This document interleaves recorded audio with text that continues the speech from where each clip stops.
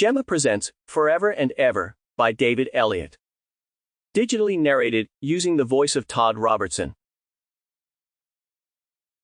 Chapter 1.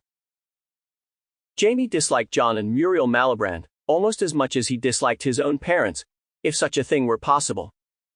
But that wasn't why he balked when his mother said that John and Muriel wanted to talk to him. It was the mention of a surprise that had caused his stomach to turn. Jaimie was just 16, but he figured he'd had enough surprise to last the rest of his life. The Malibrans could go screw themselves.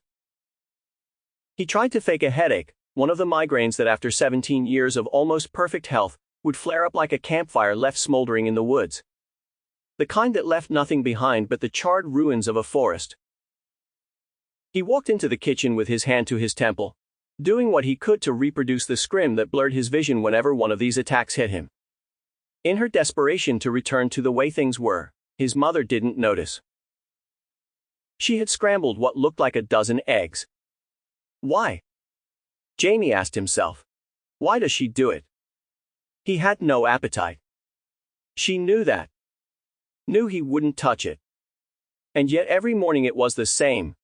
Enough protein on his plate to feed a village in India. He slumped at the table, staring out the back window. A robin, the first he had seen this spring, was tugging at a nightcrawler. How long, he wondered.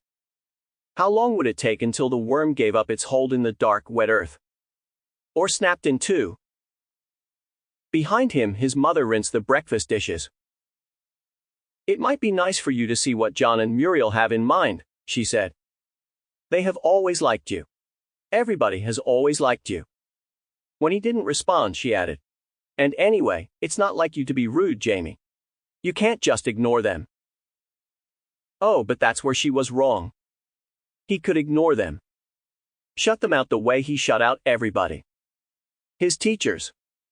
His friends. His mother. It was easy. All he had to do was close his eyes.